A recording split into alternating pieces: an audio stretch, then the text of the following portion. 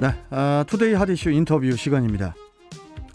제8호 태풍 바비가 지나가고 한숨 돌릴 틈도 없이 제9호 태풍 마이삭이 한반도에 북상을 했습니다.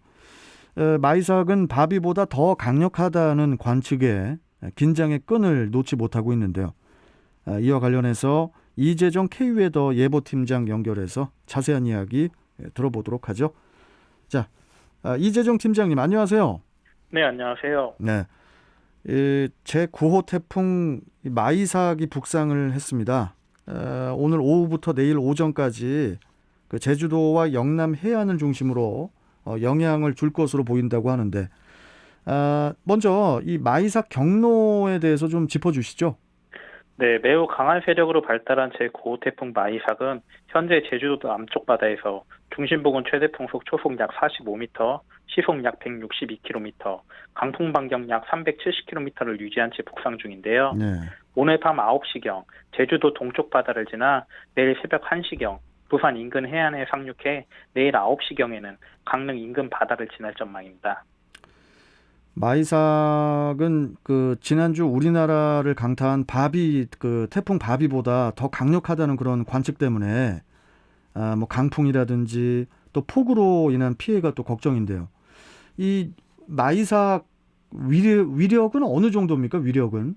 네, 이번 제9호 태풍 마이삭의 세력이 지난 태풍 바비보다 더 강한 가운데 경남 해안에 상륙해 이동해 나갈 것으로 전망됨에 따라 매우 많은 비와 함께 강한 바람에 의한 피해가 걱정인데요.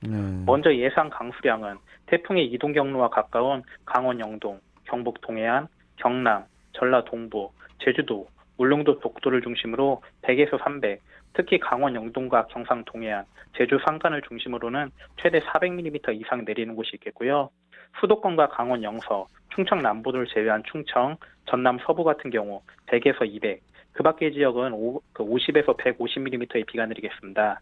바람 같은 경우 남부와 강원 영동을 중심으로 최대 순간풍속 초속 20에서 40m가 예상되는 가운데 태풍의 이동 경로와 가까운 제주도와 경상 해안 같은 경우 초속 30에서 50m까지 불 전망이고요.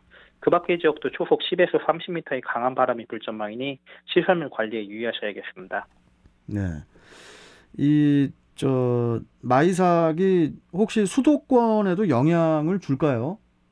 네, 앞에서 말씀드린 바와 같이 태풍의 중심이 경남 남해안에 상륙해 경상도와 동해안으로 이동해 나갈 전망이지만 태풍의 규모가 크기 때문에 수도권도 내일까지 100에서 200mm의 많은 비와 함께 초속 10에서 30mm의 강한 바람이 예상되는데요. 초속 15m의 바람이면 단단히 고정되지 않은 간판이 날아가고 25m 이상의 바람이 불게 되면 지붕의 기와가 날아갈 가능성이 있는 정도이니 수도권에 계신 분들도 그 태풍에 대한 대비 잘 하셔야겠습니다. 우리 이재정 팀장님. 네. 혹시 이 태풍 마이삭이 그냥 상륙하지 않고 우리나라에 상륙하지 않고 그냥 이렇게 해상으로 이동해서 빠져나갈 가능성도 혹시 있습니까? 가능성이? 네, 태풍의 진로가 크게 변동되지는 않을 걸로 보이고 있지만 현재 태풍의 진로에 영향을 주는 주변 바람이 워낙에 약하기 때문에 일정 부분 변동될 가능성은 있습니다. 일반적으로 태풍 같은 경우에는 북태평양 고기압의 가장자리를 따라 이동하게 되는데 현재 우리나라 우측에 북태평양 고기압이 멀리 떨어져 있는 가운데 서쪽에서 건조한 공기가 접근하고 현재 예상보다 다소 더 동쪽으로 이동할 가능성이 있겠고요. 이럴 경우에는 예상과 달리 경남 해안에 상륙하지 않고 해상으로 이동할 가능성이 있겠으니 최신의 태풍 정도에 관심 가지셔야겠습니다. 아이고, 참 관심을 갖기 싫어도 관심을 가져야 되는 지금 상황인데. 네. 이재정 팀장님. 네. 태풍 장미 왔다 갔죠, 우리나라에. 그다음에 네, 이제 아까 바비 말씀드렸고 또 이번에 이제 마이삭 태풍이 있고 이거 또 10호 태풍이라고 하이선이라고 또 있어요. 하이선. 하이선 태풍도 뭐 북상 중이라고 뭐 이런 얘기도 있던데 앞으로의 북상을 할 이 태풍들 어떻게 예상이 되고 있습니까? 너무 많이 오네요, 지금 태풍이. 네, 제10호 태풍은 어제 밤에 만들어졌는데요. 국내외 기상 예측 모델을 분석해보면 모델마다 다소 차이가 있긴 하지만 대체로 10호 태풍 같은 경우에 일요일에서 월요일 사이 일본 열도를 통과해 동해안 내지 동해상으로 이동해 나가는 것으로 무의하고 있습니다. 제10호 태풍도 강하게 발달하는 가운데 일본 열도를 통과해 우리나라에 매우 근접해 이동해 나가며 경상도와 동해안을 중심으로 영향을 줄 가능성이 있겠는데요. 예. 다만 이번 태풍이 지나가고 난 뒤에 기압계에 따라 이동 그 경로의 변동 가능성이 높은 만큼 앞으로 발표되는 기상 정보를 참고하셔야겠습니다. 그 저 게시판에 우리 신훈식 통신원께서 이렇게 문자 주셨어요, 팀장님. 네. 그 마이삭 태풍 마이삭도 일본 쪽으로 방향을 틀어서 지나가길 바라본다고. 그 정도로 이동하기는 좀 어려울 것 같습니다. 아, 일본 쪽으로 그냥 확 틀어가지고 가는 가능성은 좀 희박한가 보죠. 네, 희박하다고 봐야 될 것 같습니다. 여기서 저 궁금한 거 하나 더 말씀드려도 됩니까, 팀장님? 네, 괜찮습니다. 우리나라에 지금 제가 아까 말씀드린 뭐 올해 뭐 장미, 뭐 바비, 마이삭, 하이선 이런 태풍들이 지금 영향을 주고 있는데 일본은 더 태풍들이 많이 지나갑니까?